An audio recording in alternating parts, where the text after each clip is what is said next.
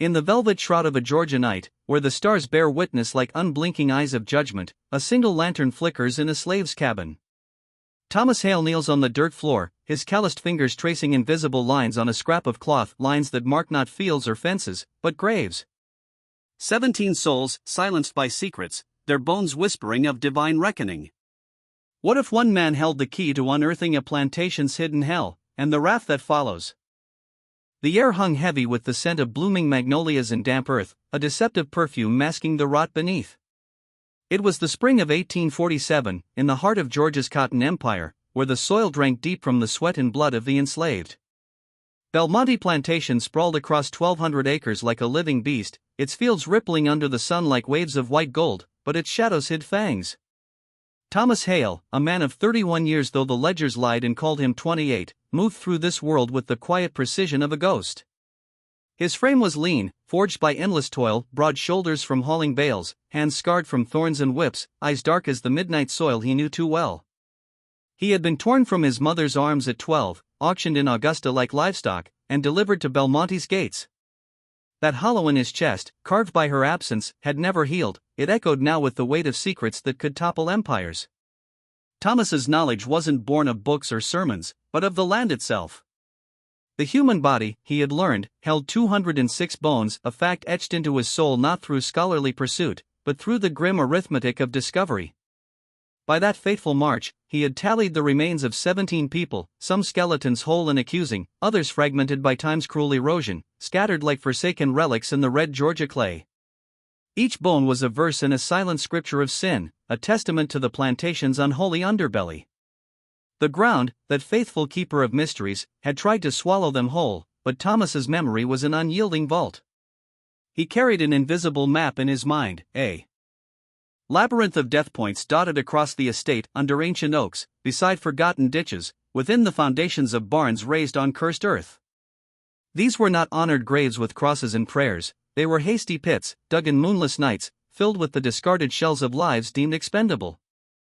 On the evening of March 11th, as the sun dipped low and painted the horizon in blood-red hues, a stranger disrupted the plantation's fragile rhythm. The crunch of carriage wheels on the gravel drive announced his arrival, a sound that cut through the evening chorus of crickets and distant slave songs like a blade. Mr. Dalton, the overseer, a wiry man with a perpetual scowl and a bullwhip coiled at his hip, escorted the visitor straight to the main house, bypassing the ritual grilling at the iron gates. Thomas, clipping hedges near the entrance with shears that glinted in the fading light, paused mid-snip. The stranger's boots, caked in just a day's dust, contradicted his weary gait, as if he'd traveled vast distances yet arrived unnaturally pristine. A leather satchel swung from his shoulder, and in his hand, a letter with a wax seal crudely broken and reformed evidence of prying eyes, perhaps the colonel's own. The man introduced himself as Edmund Voss, a lawyer from Savannah, though his accent hinted at northern roots, sharp and clipped like a winter wind. He stood tall in the colonel's study, the room aglow with candlelight that danced shadows across oak-paneled walls adorned with portraits of stern ancestors. Colonel William Fairburn, master of Belmonte, lounged in a high-backed chair, his face a mask of southern gentility, graying hair slicked back, ice cold as steel. Thomas, summoned to serve refreshments, lingered in the doorway, his presence as unremarkable as the furniture. He poured water into crystal glasses with steady hands, but his ears drank in every word like parched earth. The deceased left no clear will, Voss explained, his voice measured, probing. But irregularities plagued the land transfer of 1839. Questions linger about the acquisition. The colonel's response came smooth as aged bourbon, yet laced with an undercurrent of steel. I purchased that land legally, Mr. Voss. Every document filed properly. Voss leaned forward, the satchel at his feet like a silent accomplice. Of course. Yet the nephew contests it, whispering of undue influence. And Mr. Gerard Finch, he died so suddenly after the sale. At the name Gerard Finch, Thomas's pulse quickened, a tremor rippling through his fingers as he set down the pitcher. He knew Finch not as a name on paper, but as bones in the ground, buried deep beneath the rebuilt springhouse on the eastern boundary. The air in the study thickened, charged with unspoken accusations, the flickering candles casting elongated shadows that seemed to reach for the truth. Voss's eyes flicked toward Thomas for a fleeting moment, as if sensing the enslaved man's hidden knowledge, but the lawyer said nothing more. As night cloaked Belmonte, Thomas retreated to his cabin in the slave quarters, a ramshackle wooden structure with a dirt floor and walls thin as whispers. The quarters formed a huddled cluster, alive with the low murmurs of exhausted souls, the air thick with the smells of cornmeal mush and wood smoke. Standing in the doorway, Thomas gazed out at the vast darkness, the stars above like divine sentinels judging the earth below. The plantation's fields stretched endlessly, a sea of cotton bolls ghostly white under the moon, but Thomas's vision pierced deeper. His mental map unfurled, 17 markers, each a scar on the soul of the land. The first grave had been an unintended revelation, stumbled upon at 12 during his brutal initiation. Digging fence posts on the property's wild edge, or manicured lawns surrendered to tangled forest, his shovel had thudded against something unyielding, not stone, not root, but bone. The skeleton lay curled in eternal repose beneath the sprawling magnolia, its blossoms dropping like tears. Thomas had unearthed it with trembling hands, the bones yellowed and fragile, accompanied by an iron key ring, 7 keys, rusted but resilient. He'd reburied the remains swiftly, heart pounding with the instinctual knowledge that such discoveries invited peril. In a world where slaves owned nothing, not even their stories, keeping the key ring was his first act of defiance. Hidden in a tin box under his cabin's floorboards, it became a talisman, a whisper of power amid powerlessness. That hollow in his chest, born of his mother's loss, deepened, the keys symbolized chains unbroken, sins unconfessed. Years layered upon years, like sediment over secrets. At 17, during drainage work after relentless rains, erosion had revealed a skull in the ditch bank, fractured, the crack a deliberate testament to violence. Thomas reinterred it before dawn, but the image burned into him, not accident, but murder. From then, he observed with a vigilance born of survival. Disturbed soil near fences, unnatural hollows in the woods, refilled earth under new constructions, all clues in a mosaic of malevolence. By 1847, his tally stood at 17, each grave tied to a vanished name, a fabricated faith. Sarah, the house servant who had glimpsed forbidden truths in the Colonel's study, gone in 1842, sold to Mobile. Thomas found her near the demolished stable, her bones tangled in roots like grasping hands of judgment. Marcus, flogged for alleged theft, never seen post-whipping runaway, they claimed. His remains lay beneath the Tobacco Barns Foundation, built in 1839 over hastily turned dirt. Eliza, attendant to the Colonel's late wife during her fevered demise in 1840, vanished 3 weeks after the funeral, sold south. Thomas located her in the eastern woods, half a mile past the boundary, her grave shallow, as if the earth rejected the injustice. And Gerard Finch, the white neighbor whose land swelled Belmonte's bounds. Not enslaved, yet silenced. Thomas had been on the crew rebuilding the springhouse in 1839, ordered to dig deeper than needed for stones and mortar. He understood then, the foundation was a tomb, the earth a conspirator in concealment. Finch's riding accident 3 weeks post-sale reeked of orchestration, his body consigned to unhallowed ground, denied even a Christian burial. These graves weren't mere burials, they were erasures, sins against the divine order, where the dead cried out for justice as in the biblical tale of Abel's blood calling from the soil. Belmonte's reputation whispered through the slave networks, high turnover, frequent sales south to the infernal depths of deeper plantations. But Thomas knew the truth, a spiritual rot festering under the Colonel's rule. Fairburn, with his pious Sunday sermons quoting Proverbs on righteousness, embodied hypocrisy.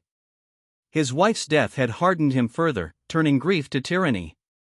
Thomas's longevity was a miracle, or perhaps a curse. Surviving 19 years amid disappearances made him a suspect in his own right, a walking repository of the plantation's damned history. Voss's arrival stirred this cauldron of secrets. On the second day, Thomas was tasked with accompanying the lawyer on his boundary survey, ostensibly for aid, but truly for espionage. The Colonel's eyes followed them from the veranda, sharp as a hawk's. They traversed the eastern line under a relentless sun, Voss consulting yellowed maps and wielding a brass compass that gleamed like a holy relic.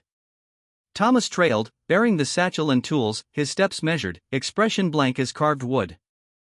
The air buzzed with insects, the ground soft underfoot from recent rains, releasing earthy scents mingled with wildflowers. "You've been here long," Voss remarked abruptly, without turning, his voice slicing the silence. Thomas replied softly, "Yes, sir." The lawyer pressed, "Knew Finch?" Thomas hedged, "Seen him, sir, but not to speak." Voss halted, facing him squarely, eyes probing like divine scrutiny. Sold his land in July 39, died writing 3 weeks later. Unfortunate. Thomas averted his gaze, murmuring, "Wouldn't know, sir." But Voss's tone hinted at deeper knowledge, a shared awareness of the profane. They reached the old springhouse, now crumbling, vines claiming its stones like nature's retribution. Voss circled it, noting the foundation's unnatural depth. Rebuilt in 39, then abandoned for a newer one. Odd. Thomas's heart thundered, visions of Finch's bones flashing, skull cracked, limbs akimbo in eternal protest. Voss knelt, fingers tracing mortar, murmuring about excessive depth. For a breathless moment, Thomas feared excavation, but Voss rose, dusting his hands, and pressed on. The satchel felt heavier in Thomas's grip, as if laden with the weight of unearthed sins. That night, under a canopy of stars that seemed to weep light, Thomas sought Isaiah in the quarters, the elder, 60s worn, one eye milky from an ancient lash, huddled by the water barrel. Their words flowed low, disguised as mundane chatter. "Remember the 39 springhouse rebuild?" Thomas whispered. "Isaiah's good," I gleamed. "I do." Finch argued with the colonel, shouts in the study. Then gone. Thomas probed workforce names, Isaiah warned, "Some ain't here no more." "You're courting. Collapse, boy. White men's quarrels bury others. We survive by not digging." The third evening brought tension to a boil. Supper in the grand dining room, silver gleaming under chandelier light, the air rich with roast and tension. Voss and Fairburn retired to the study, brandy swirling in glasses, cigar smoke curling like serpents.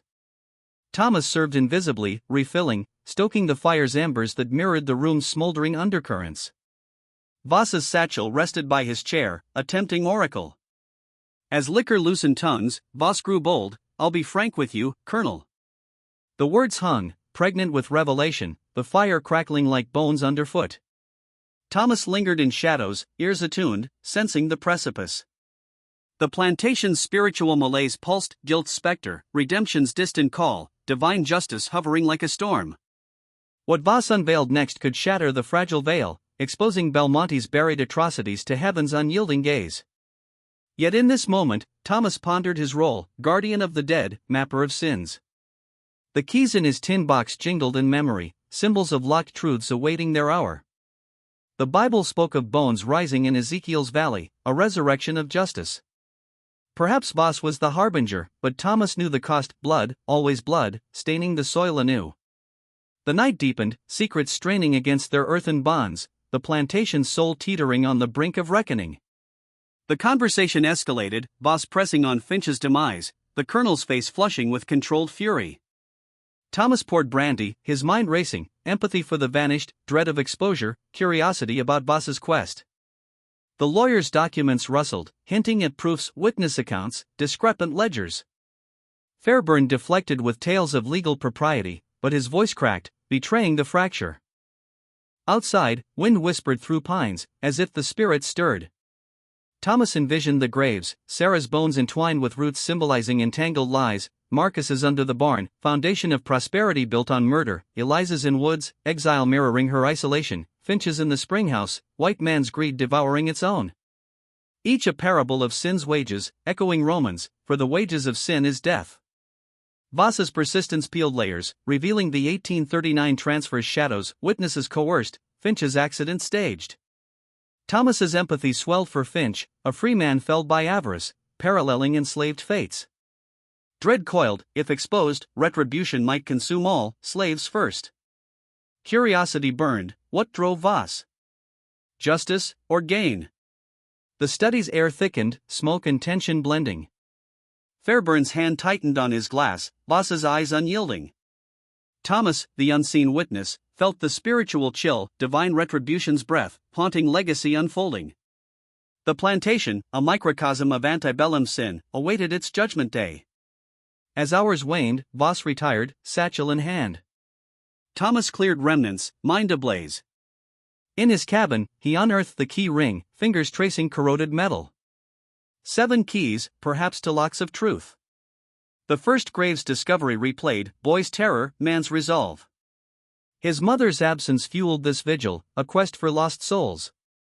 Belmonte's history loomed, founded 1820s on indigenous land, Fairbairn's 1830s expansion via dubious means. Slaves as chattel, bodies disposable.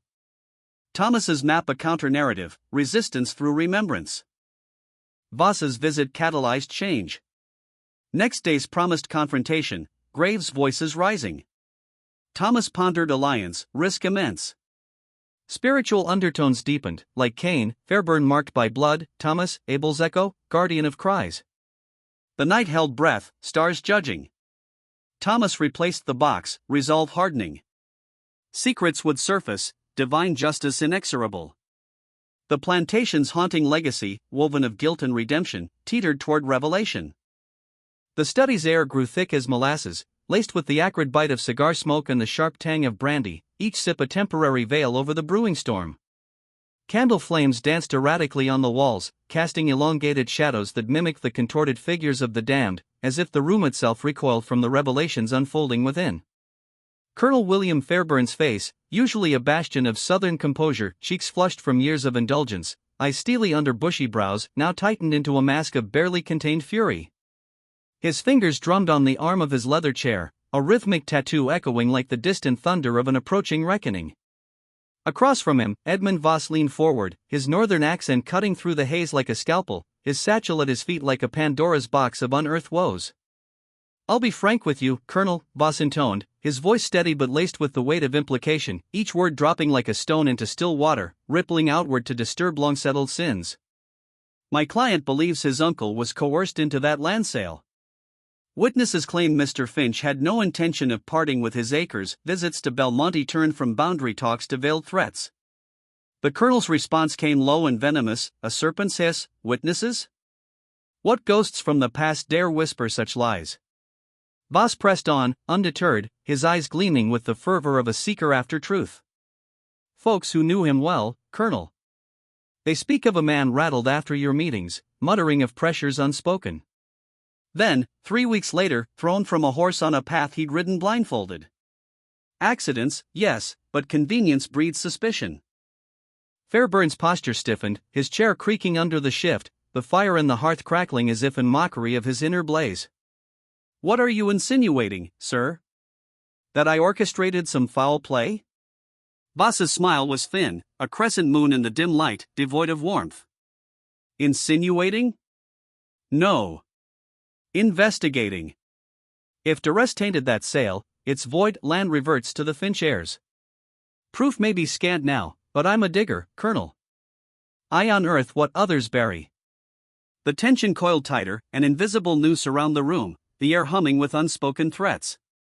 Thomas Hale, moving like a specter in the background, pouring amber liquid into glasses with hands that betrayed only the faintest tremor, felt the spiritual chill seep into his bones. This was no mere legal spat, it was a confrontation with the divine ledger, where every sin was tallied, every grave a mark against the soul. As the exchange peaked, Thomas's mind raced through the biblical echoes, Cain's mark, the blood crying from the ground, Abel's silent accusation. The colonel embodied the unrepentant sinner, his plantation a modern Sodom built on the backs of the oppressed and the bones of the vanished. Voss, perhaps unwittingly, played the role of prophet, his words a call to repentance that Fairbairn met with defiance. Thomas empathized with the lawyer's quest, a flicker of hope amid dread. Could this outsider shatter the chains of silence? Yet curiosity gnawed. What depths would Voss plumb, and at what cost to those already ensnared? The evening dissolved in uneasy parting, Fairbairn retiring with a curt nod, Voss to his guest quarters. Thomas lingered, clearing remnants, his heart pounding like a war drum. The satchel remained, abandoned in the haste, a leather sentinel guarding forbidden knowledge. In that solitary moment, under the study's vaulted ceiling adorned with faded frescoes of pastoral bliss, Thomas faced his crucible. To pry was to court damnation, a slave's audacity against the master's domain. But the grave's 17 markers of divine discontent urged him onward. With hands slick from sweat, he unclasped the bag, the leather creaking like old bones shifting in earth. Inside, papers rustled like dry leaves in autumn wind, legal writs yellowed at edges, correspondence sealed with wax impressions, a journal bound in calfskin, and a compact notebook etched with Voss's precise script. Thomas's literacy was fragmentary, pieced together from clandestine lessons by the late overseer's wife, a woman of fleeting kindness whose own grave lay unmarked. He deciphered fragments: Finch, coercion; Fairburn, discrepancies. But the notebook halted his breath, a litany of names, dates, notations scrawled in ink that seemed to bleed accusation. Sarah, 1842, whereabouts unknown. Marcus, 1839, disappeared post-flogging. Eliza, 1840, after mistress's death. Not his full 17, but a damning subset, intertwined with queries on Finch's demise. Voss wasn't merely chasing land, he hunted phantoms, the spectral trail of the lost. Thomas's fingers trembled as he restored order, each page a verse in a gospel of guilt. Slipping out, the night air embraced him, cool, star-studded, the constellations like heavenly witnesses to earthly iniquity. Voss represented peril, not of whips or chains, but of upheaval, the kind that could redeem or ruin. Thomas pondered the spiritual symbolism, the satchel as Pandora's vessel, unleashing truths that mirrored the biblical flood, washing away corruption but drowning the innocent. Dawn broke with deceptive serenity, the sky blushing pink over fields where dew-kissed cotton bolls shimmered like false promises of purity. Thomas tended the garden, knees in soil that hid horrors, pruning roses whose thorns drew blood like penance. From afar, he spied Hatch, the colonel's enforcer, a hulking figure with scarred knuckles and a perpetual sneer, riding east toward the boundary. Mud clung to his boots upon return, red clay from the Springhouse vicinity, a telltale smear of meddling. By midday, Voss declared his exit imminent, packing with feigned contentment, his report destined for Savannah's courts. Yet the colonel's dinner demeanor, too placid, smiles too ready, stirred unease in Thomas, a spiritual foreboding like the calm before Elijah's whirlwind. Sleeplessness gripped him that night, the cabin's darkness alive with whispers.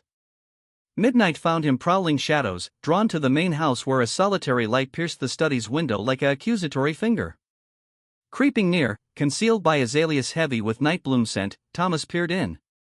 Fairburn hunched at his desk, quill scratching parchment, a pistol gleaming beside, like Satan's temptation, cold steel promising false resolution. The sight iced Thomas's veins. Another accident brewed. Voss fated for the road's lonely stretches, his death a convenient mishap echoing Finch's. Paralysis seized him, the impossible choice, silence perpetuated sin, action invited martyrdom. As a slave, he was voiceless, property in law's blind eyes, testimony dismissed as fabrication. Warning Voss meant betrayal's lash, survival nil. Yet the graves haunted, 17 souls, denied justice, their unrest a spiritual clamor for intervention. Like the parable of the talents, Thomas held knowledge, a buried gift demanding use. Recalling the iron key ring from his first discovery, hidden 19 years, he sensed revelation. 7 keys, symbols of locked mysteries, perhaps divine tools for unlocking chains. Retrieving them from under floorboards, metal cold as grave earth, he ghosted to the study's side entrance. The second key yielded with a soft click, the door swinging into moonlit silence. Inside, the air retained Brandy's ghost, shadows pooling like spilled ink. Thomas targeted the cabinet, oak monolith he'd seen locked ritualistically. The third key turned, hinges sighing.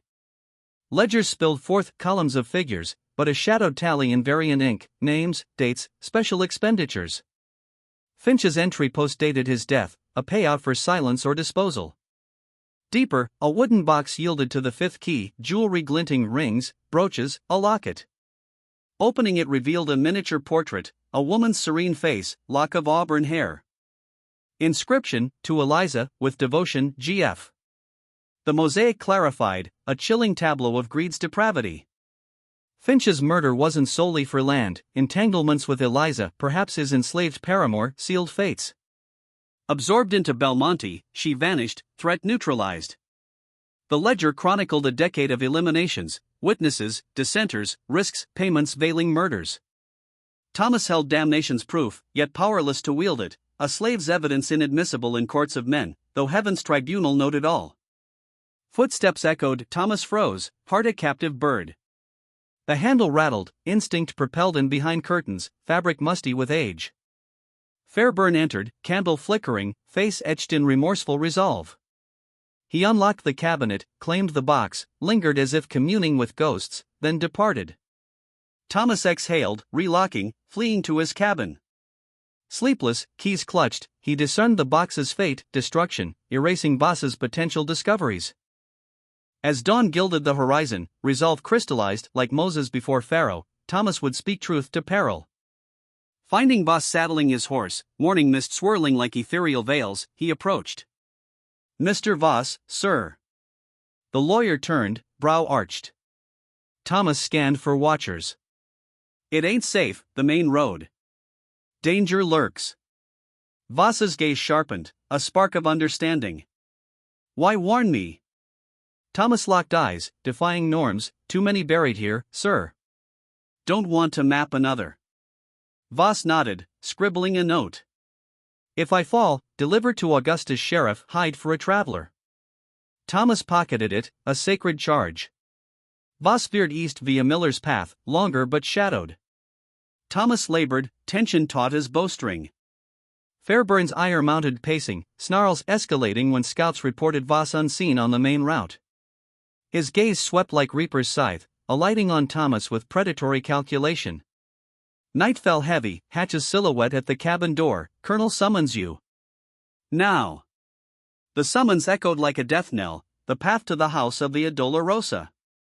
Thomas walked, keys in pocket a talisman, Graves' chorus urging fortitude. The plantation's spiritual pall deepened, guilt's miasma, redemption's faint glow. Empathy for Voss mingled with dread for self, curiosity about the confrontation's yield. Historically, 1847 Georgia simmered with abolitionist whispers, yet slavery's iron grip held. Belmonte mirrored the era's hypocrisies, pious masters quoting scripture while wielding whips, land grabs veiled as progress. Entering the house, candlelit halls loomed like judgment's antechamber. Fairbairn awaited in the study, pistol holstered, eyes abyssal.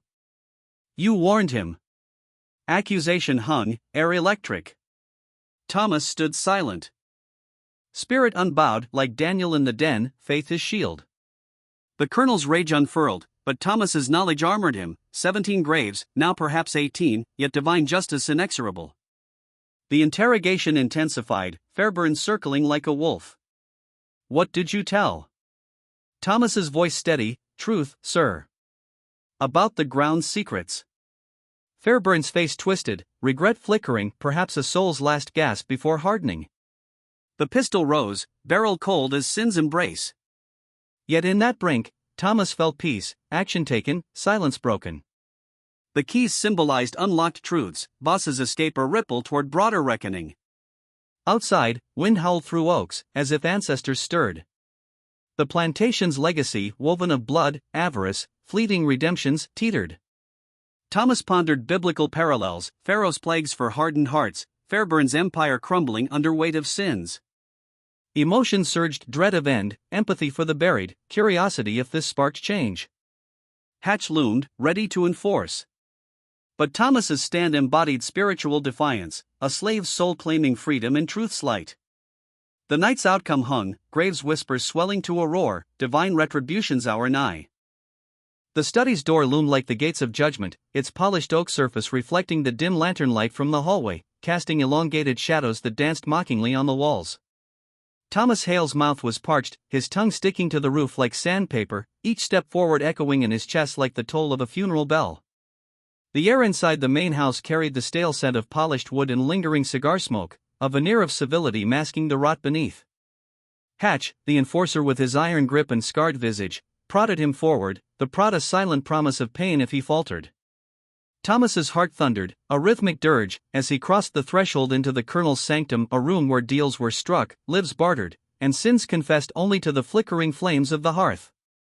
Colonel Fairbairn sat enthroned behind his massive desk, the mahogany surface scarred from years of use, papers scattered like fallen leaves in autumn. The pistol lay there, innocuous yet ominous, its barrel catching the candlelight like a serpent's eye, a clear emblem of the power imbalance. Fairbairn's face was a study in controlled malice, lines etched deep from years of unchecked authority, eyes narrowed to slits under heavy brows, his graying mustache twitching slightly as he regarded Thomas. The room's atmosphere was thick, charged with the spiritual weight of unspoken accusations, as if the very walls absorbed the cries of the vanished, echoing back in silent condemnation. "Thomas," the colonel drawled, his voice smooth as silk over steel, deceptively calm like the eye of a hurricane. You've graced Belmonte for a long spell now. Thomas stood rigid, his worn shirt clinging to his sweat-dampened back, the coarse fabric a reminder of his station. Yes, sir, he replied, voice steady despite the turmoil within. The colonel's fingers drummed lightly on the desk, a cadence mimicking a heartbeat, perhaps Thomas's own.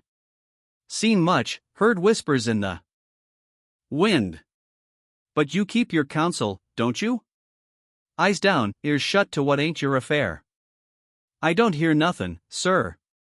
Don't see nothin'. Ain't my place, Thomas murmured, his gaze fixed on the Persian rug's intricate patterns, symbols of imported luxury built on stolen labor. Fairburn lifted the pistol casually, not pointing it, merely cradling it like a cherished relic, the metal cool against his palm. The gesture was biblical in its menace, like Cain hefting the stone, a prelude to fratricide. Mr. Voss probed you on that boundary walk, didn't he? About the land, the lines, and folks who faded away? Just measurements, sir. Nothin' 'bout people, Thomas lied, the words heavy as lead, filling the space between them like a gathering storm. The lie was colossal, a spiritual transgression against the commandment of truth, yet necessary in this den of deceit.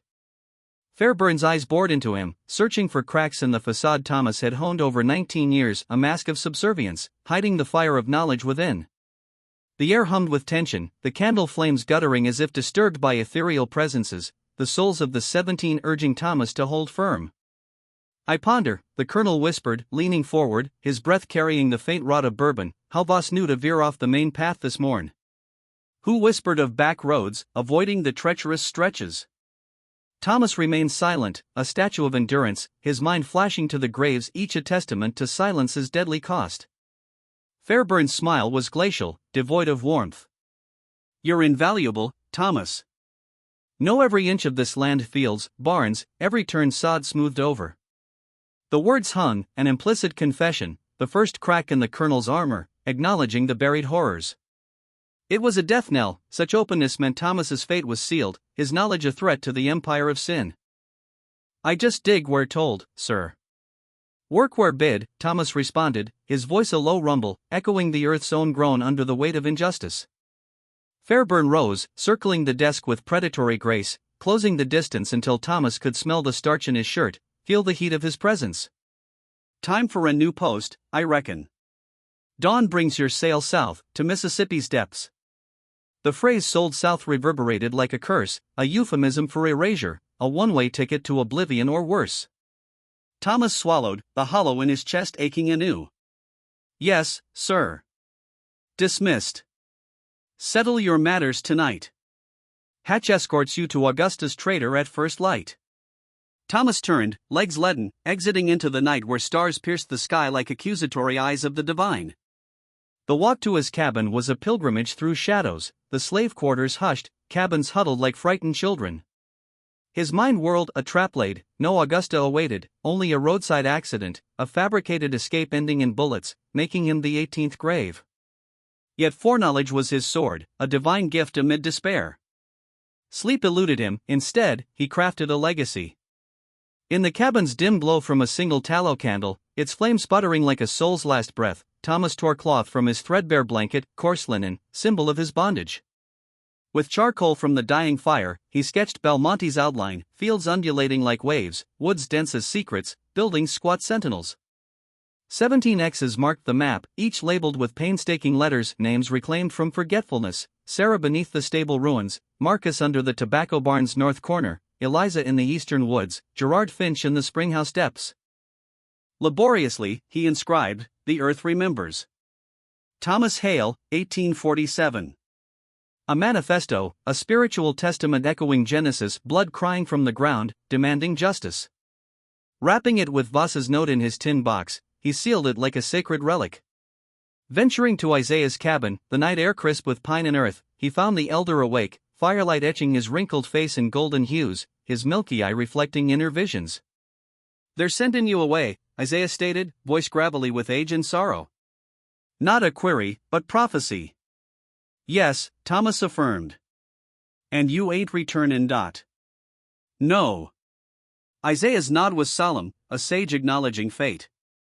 "What need you?" Thomas proffered the box, its weight symbolic of burdens shared. Next peddler at Miller's, get this to Augusta's sheriff. Isaiah's hands, gnarled as ancient roots, accepted it. Thomas, this court's death. I know. But silence breeds more graves. 17 now, I'll be 18. How many more till judgment? Isaiah's gaze softened, a tear tracing his cheek like holy water. My son. Marcus. The name pierced Thomas, a revelation of shared grief. I knew, he whispered. Buried 'neath the barn, north corner. That's why I count, remembered Defied their erasure.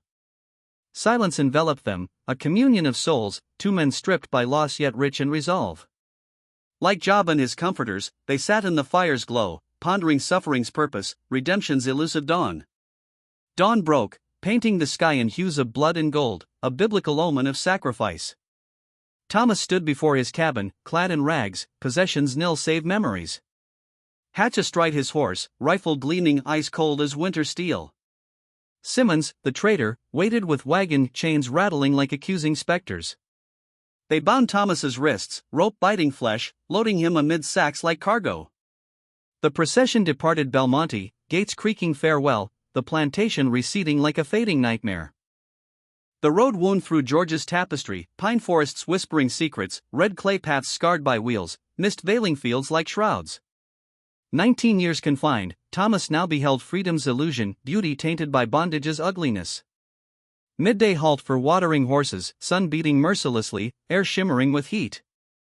Simmons wandered off, Hatch approached, dismounting with a thud, his boots stirring dust like disturbed graves. You seem serene, Hatch sneered, lighting a cigarette, smoke curling like incense to false gods. Most wail or scheme. No use, Thomas replied, eyes steady. Hatch's grin was wolfish. Wise. Accept fate. He inhaled deeply. Colonel says you've been prying. Ain't asked nothin'. Hatch's eyes narrowed. Questions kill at Belmonte. Folks vanish. Thomas met his gaze. You handle the dirt, don't you? 17 graves, your handiwork. Hatch's facade cracked, hand to knife. How? He halted, self-betrayed. Found 'em all. No names, places. Hatch's face twisted. Fool to live with that. Already doomed. No Augusta, just an escape shot. Hatch didn't refute. Why not flee night? Run in Mark's guilt. This way, disappearance questions breed. No one cares for slaves. Lawyer did. More will. Simmons returned, journey resumed. Afternoon deepened, road flanked by dense woods, shadows lengthening like fingers of fate. Hatch halted, wheel check. Thomas, down left. Awkward with bonds, Thomas complied, positioned away from Simmons. Hatch's hand to pistol. Nothin' personal, business. But forest stirred, hooves thundering like apocalyptic riders. Hatch froze. 3 emerged, boss leading, pistol drawn, flanked by a deputy with badge glinting like justice's star, and a stranger, perhaps a witness. Thomas's spirit soared, a psalm of deliverance. Hold, Voss commanded, voice resonant. Simmons blustered, Mayonine? Voss, arrest. Hatch, detained for Finch's murder and others. The air electrified, divine retribution manifest. Hatch's face paled, pistol hand trembling. Voss dismounted, eyes meeting Thomas's, a nod of alliance. The deputy cuffed Hatch, chains clinking like broken bonds. Simmons protested, but Voss produced warrants, papers rustling like leaves in wind. Evidence mounts, disappearances, coerced sales. Your map, Thomas, it reached us via peddler. The earth remembers, indeed. Thomas's bonds severed, wrists rubbed raw, but soul unbound. The grave's chorus hushed, vindicated. Fairburn's empire crumbled, sins exposed to light. Empathy swelled for Isaiah, risking all, dread lifted, replaced by reflection on providence. Curiosity lingered, what of Belmonte's future? Redemption possible, or merely pause in sin's cycle? Voss clasped Thomas's shoulder. Brave soul. Your testimony seals it. Thomas nodded, voice thick. For the 17 and Marcus. The group rode back, sun setting in glory, a biblical close, light overcoming darkness. Yet spiritual chill remained, justice earthly, but divine reckoning eternal. The plantation's haunting legacy endured, but Thomas's act sparked hope's flame. As Augustine neared, lanterns flickering like beacons, Thomas pondered Psalms, the righteous cry, and the Lord hears. His map, a modern scroll, unraveled iniquity. Guilt's specter retreated, redemption dawned.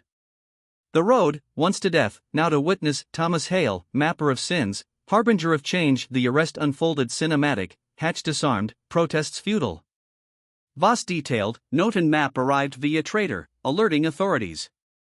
Investigations confirmed ledgers, witnesses. Fairburn awaited irons at Belmonte. Thomas's role pivotal, eyewitness to burials, key to convictions. Emotionally, dread yielded to catharsis, empathy for vanished deepened. Spiritually, like Lazarus rising, Thomas emerged from death's shadow. Biblical symbolism abounded, keys unlocking truth, map as Ezekiel's bones assembling justice.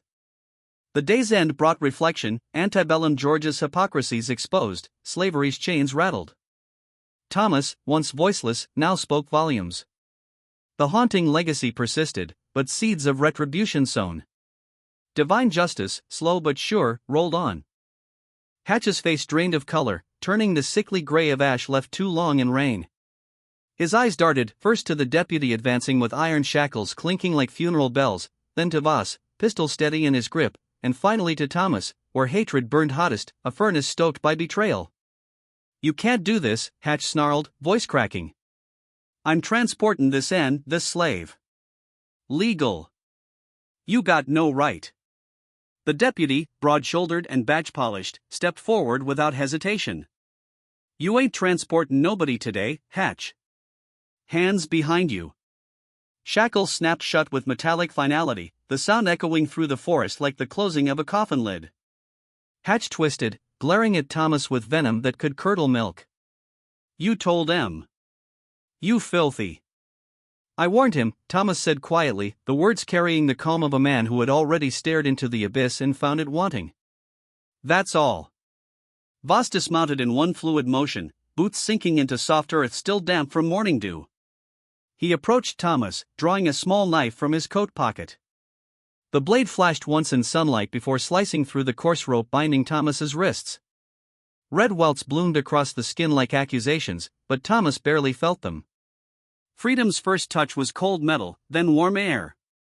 I owe you an apology, Thomas, Voss said, voice low, almost reverent. The deception was necessary. We suspected the colonel would move to silence anyone who threatened his secrets, especially you. Your warning on the road confirmed it. Saved my life, and gave us the proof we needed. Thomas rubbed his wrists, feeling blood return in painful pulses. You ain't been entirely straight neither, sir. Voss's mouth quirked in something like regret. No. The land transfer was the opening wedge, but I came for more. Several families, free-colored and white alike, lost kin who vanished after being sold to Belmonte. Disappearances masked as sail south.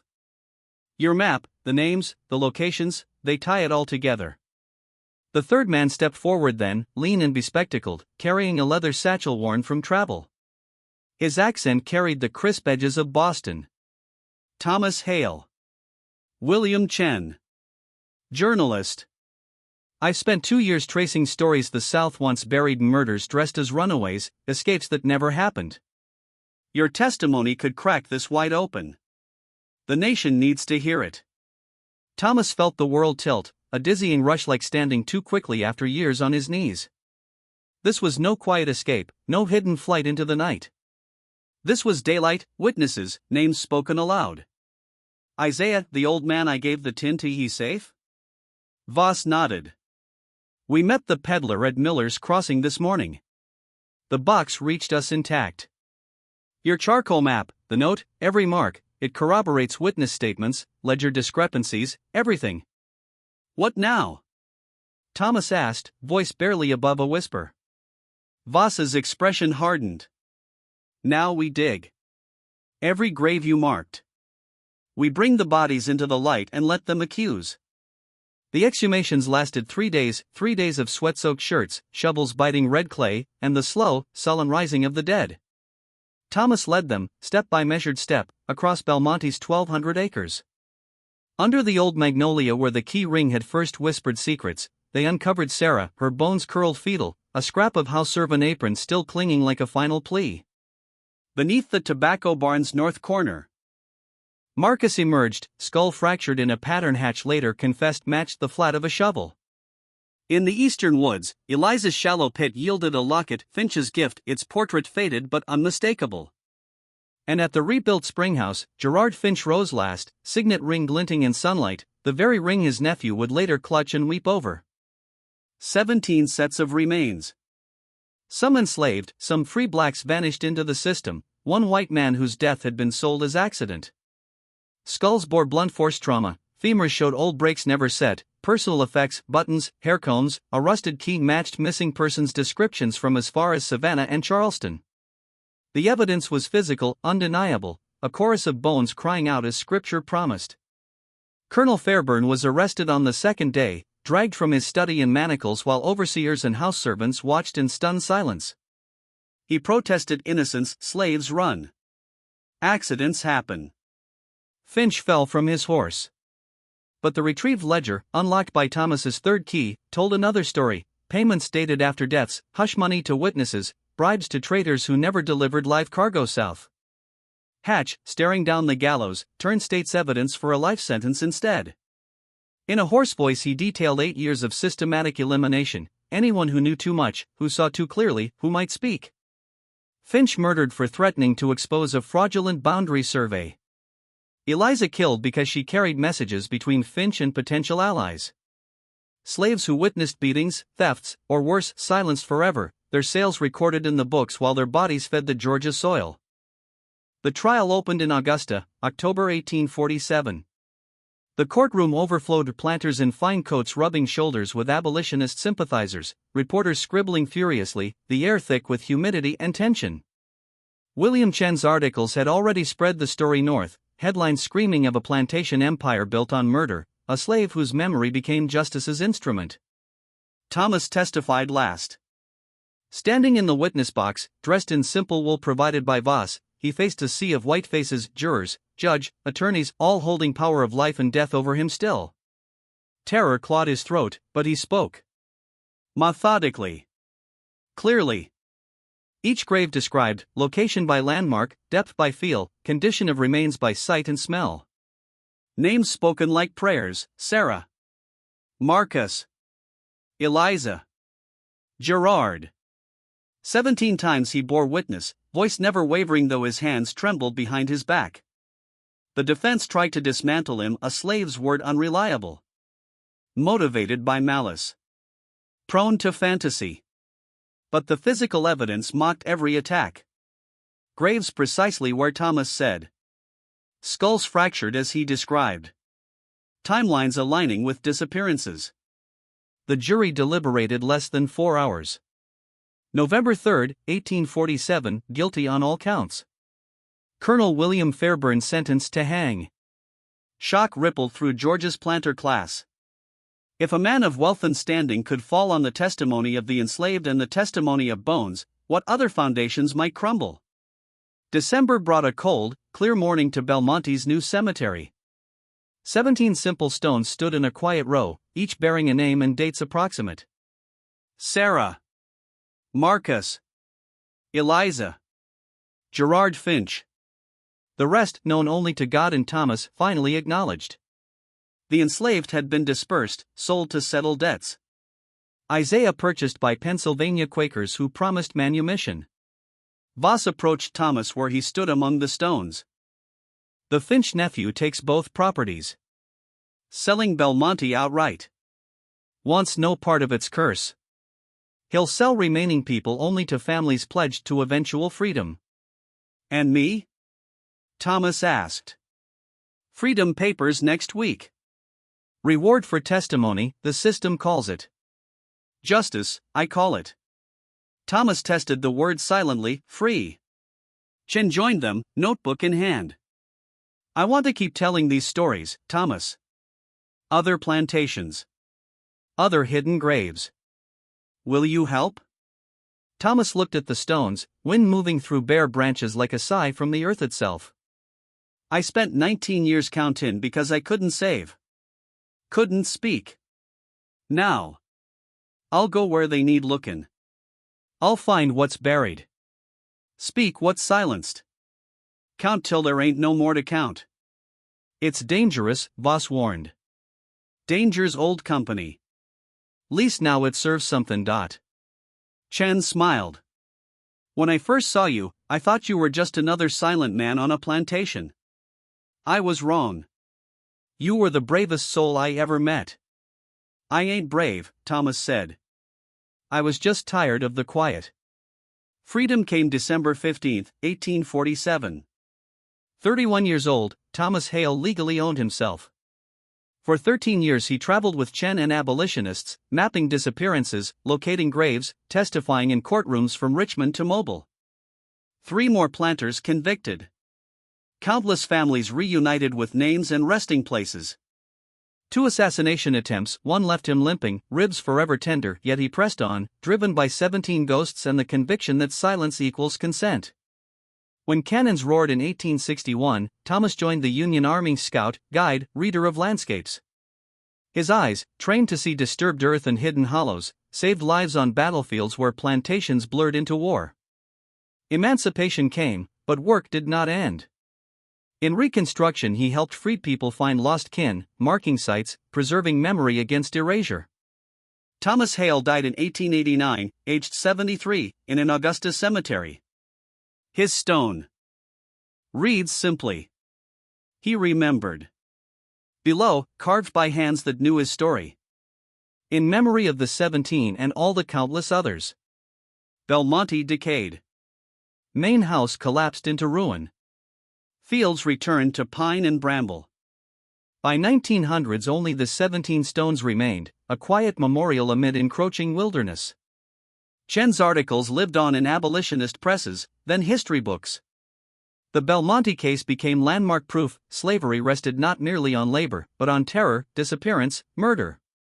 Thomas had looked at dirt and seen people. Walked 19 years carrying an invisible atlas of the dead.